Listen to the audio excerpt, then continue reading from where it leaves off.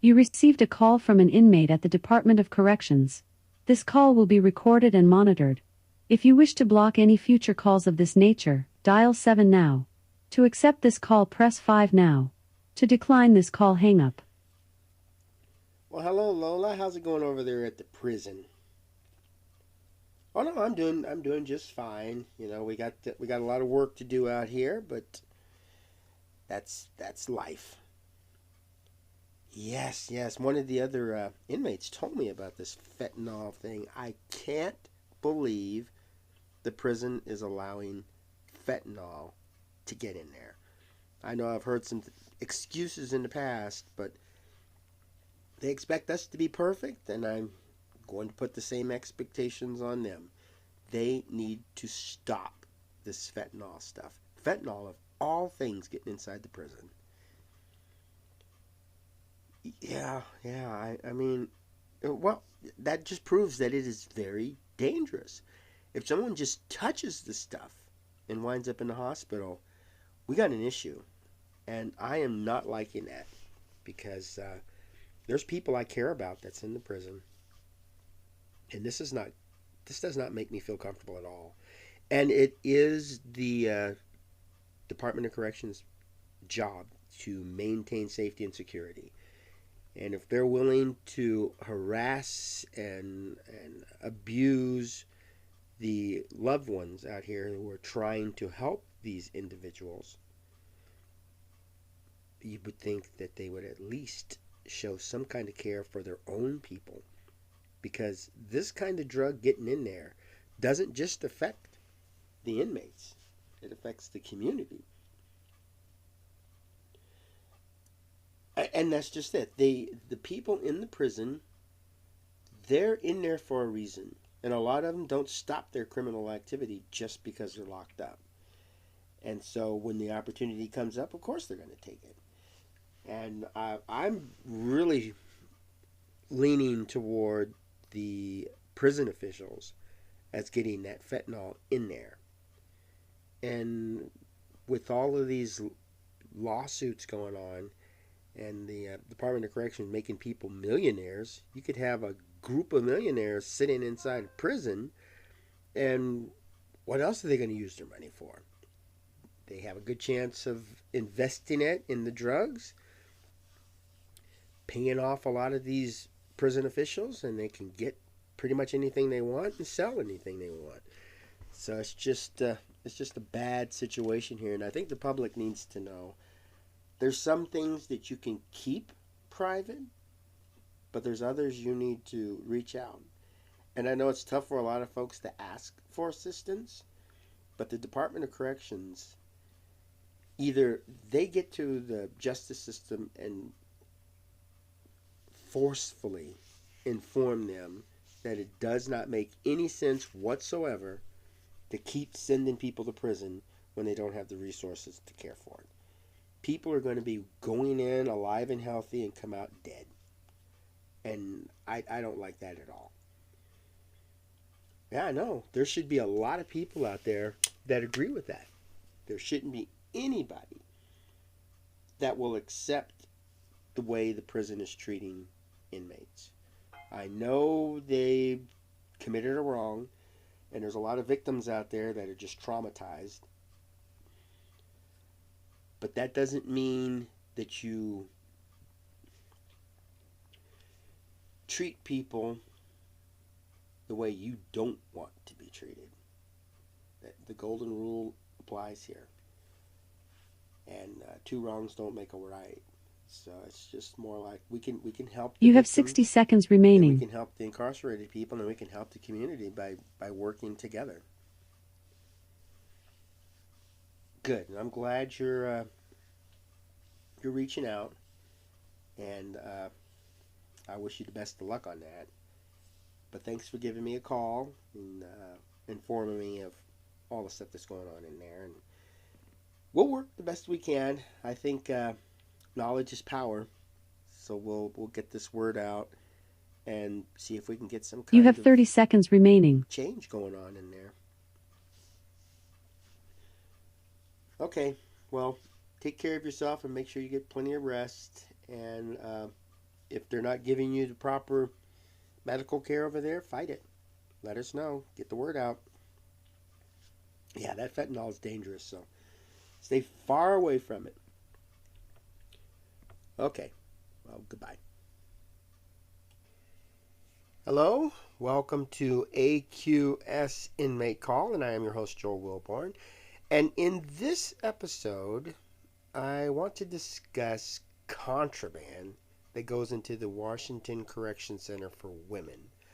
My fiance is housed in that facility, and it really is a big concern of mine that a woman who got high, committed a crime, got convicted, and sentenced to the Washington Correction Center for Women is in a prison that has fentanyl.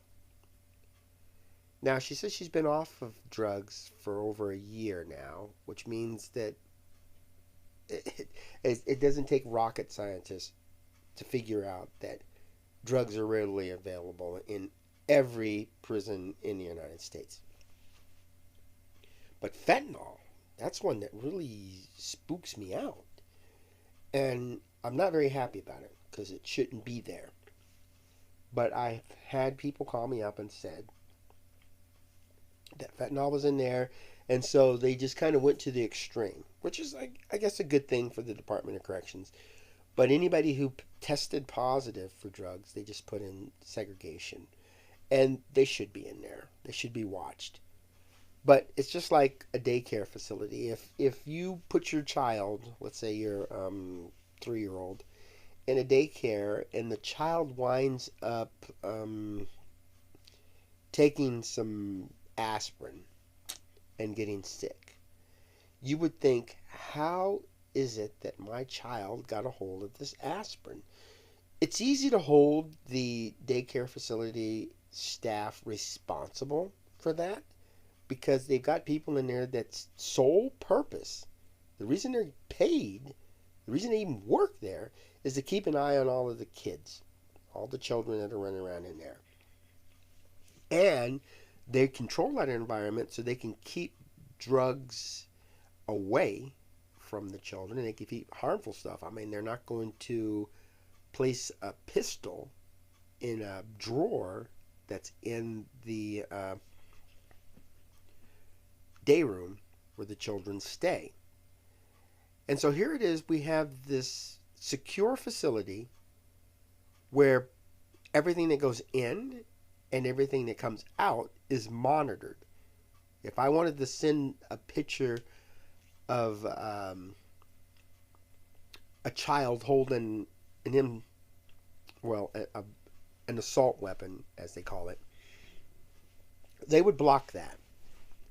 If it gets in there, my rule is if the staff gives it to an inmate, it's legal. But of course, they'll blame us. You sent a picture of a child holding an assault weapon. We gave it to the inmate, but it's your fault for sending it. Okay, that doesn't make any sense to me, but that's the way the Washington Department of Corrections works.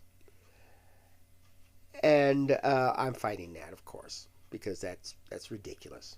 They should not hold us to higher standards than they hold themselves. But as far as fentanyl is concerned, blaming us is ludicrous. Absolutely out of the world that they would do something like that.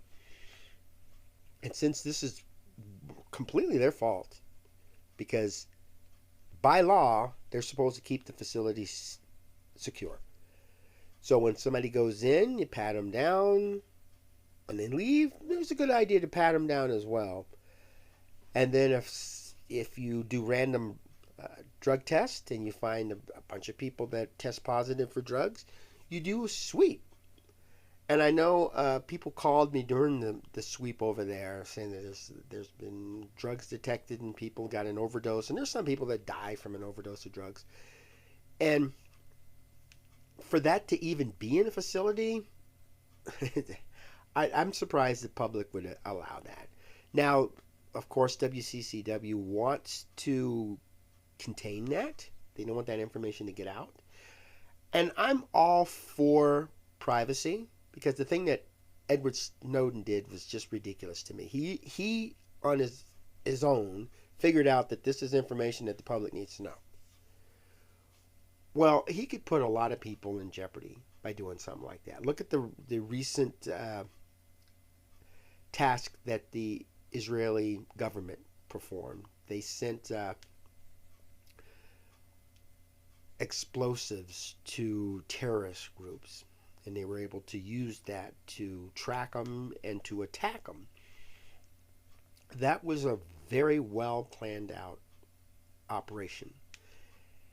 And if Edward Snowden was working for the Israeli government, he probably would have broadcast that, saying that the American public or the Israeli public had a right to know. I disagree with that. I think there's some things the government does that we just should not know about. And maybe eventually we have a right to know about it, but I'm not going to discourage the government from keeping certain secrets. And that holds well with the prisons as well. My fiance had her name and situation broadcast across the internet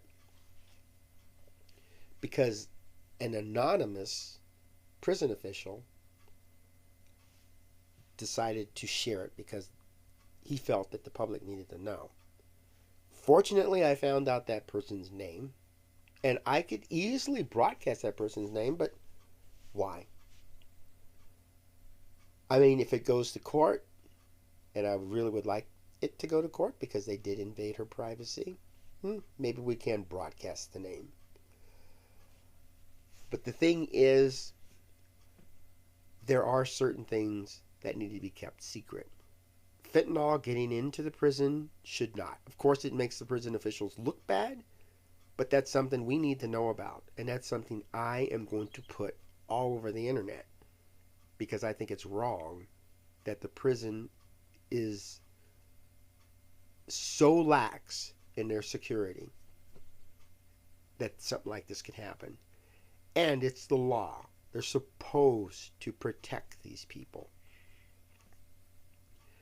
A serial killer doesn't deserve to die of an overdose in prison. We lock the person up. We care for the person. That's all there is to it. Yes, a serial killer deserves to be in prison, but we didn't sentence the person to death. And in the state of Washington, there is no death sentence. So, that person is supposed to be cared for the rest of his life. The DOC isn't doing that, and we, the public, need to know. Now, certain medical conditions, if a person goes in there and has HIV, I don't think the public needs to be broadcasting that all over the place. And I don't think anybody, anonymous or not, should be sharing that information with the public. But if a person dies by suicide, or a person is poisoned or assaulted, the public needs to know about that. Because we're paying these people to follow the law, to follow DOC policy, and they're not. Now, Greg Brown has put a few podcasts on this channel, and he talks about some of the stuff that the DOC does that's just completely wrong. And I think that's the kind of stuff that needs to be broadcast too. We don't need to have all these prisons. We don't need to be abusing people, using their labor for their own personal gain, or denying proper medical or nutritional or safety resources to these people. You lock them up, you take care of them. If you can't, then don't put them in prison. It's simple. It's simple as that. Now I know I want to marry my fiance, so I sent in all the requirements. They want to make sure that I am who I say I am. So I sent a certified copy of my birth certificate, a copy of my picture ID, my driver's license, and since I was married, I had to send a copy of my divorce paperwork. So a certified copy of that. Sent all that in. That's their requirement. And then the in the policy for the Washington State Department of Corrections, I'm supposed to be qualified under the state of Washington. So the state of Washington has several qualifications to for two people to get married. One of them is age. You know, I can't marry a 15-year-old girl, and I shouldn't be married if I want to marry somebody in the state of Washington. So that those things nobody argues with. They're good requirements. My fiance and I we meet the qualifications, so that should not be anything to stop us. The but there are things within the prison system, like they're mainly interested in us getting together in person. So they're stating you have to be on the visitor um, list so that you could go to the prison and get married. And the person shouldn't be in segregation or protective care, you know, or maybe in maximum security with isolation. These things you can't go into the prison and marry them for. So that's understandable too. But in my particular case, I'm looking at it and it's very interesting because they decided to put this age difference in there, this mental capacity in there, past relationships. I don't know where that came from, but they're trying to scare my fiance. And I expect them to fight me, and I told her that. And I said they're going to do everything they can to keep this marriage apart. But we 100% qualify. And the only reason I'm not on her visitation list is because they create things. They're saying that I funded other inmates, multiple inmates. You can only fund one person that's in prison, but they're claiming I funded multiple ones. So when I asked for the names of these multiple ones, they came up and said that I was transferring stamps in the email system, transferring e-stamps to multiple people, and that was transferring funds, and that was that was multiple people when you only have one person that you can fund. And they were claiming that that's against their policy. So it was completely fabricated, and it has nothing to do with visitation, but that's the way they think. And so once I get that information, it's easy to fight it. And so that's what I do. And a lot of times the only way I know that is to apply and get denied. And I like doing the appeals, but when they say something like you're a security risk, it's very hard to appeal that because why? And so I sent a letter, why am I a security risk? And they said, oh, because you're transferring stamps. I guess if I go visit her, I'm going to transfer stamps to somebody, and oh my God, that's terrible. But that's the way they think. So they put that in there. I get this information about the security risk, and I'm telling them that has nothing to do with visitation, but they don't want to talk about it anymore. Which in my case is good because when I do apply again for visitation and they come up and say your security risk, I'll say, well, you know, in a letter that you sent me on the last denial, you stated you didn't want to talk about it again. And so here you are. And in the state of Washington, if a government official, a state official, sends an official document out and it's not true, false or misleading information, it's a gross misdemeanor. It's a crime. So for them to say we're not going to talk about this anymore and then use it against me in another situation, it means the first time they made that statement, it was false and misleading. So I've got resources to use to fight these things. And to me, it would be easier just to follow policy because that's why it's there, follow the law. But these DOC officials, they just keep fighting. And I don't have to do anything. I can get up, have my breakfast, read the newspaper, hang out with my friends, come home, and the DOC gives me 6 or 7 different things to fight. One of them is this fentanyl getting into the prison. Another one is them lying on official paperwork in official capacity about me being a security risk to visitation. But we can all work together on this. If you want to reduce crime, you don't treat people like rabid rats while they're locked up. You treat them with respect. It shows that we are intelligent, caring people, and that's what we expect from them, like the golden rule. So if a prison official goes in there and starts criticizing and degrading and abusing the prisoners that's locked up, what happens when these prisoners get out? What about single parents? What do they tell their family? When you look at the Bonnie and Clyde, that's a classic example of somebody who was abused in prison and got out to seek revenge. It happens even today. So what I would like to happen here is that we expose as much wrongdoing as possible and start as many lawsuits as possible. I'm working on a current lawsuit, and if they're not willing to comply with the law and with their policy, they might as well pay us. So everybody who's been abused by the DOC should sue the DOC, and it's very easy to win a lawsuit when you have a law violation or a policy violation. You state the policy, you state the law, and then you list the reason that you're filing a lawsuit.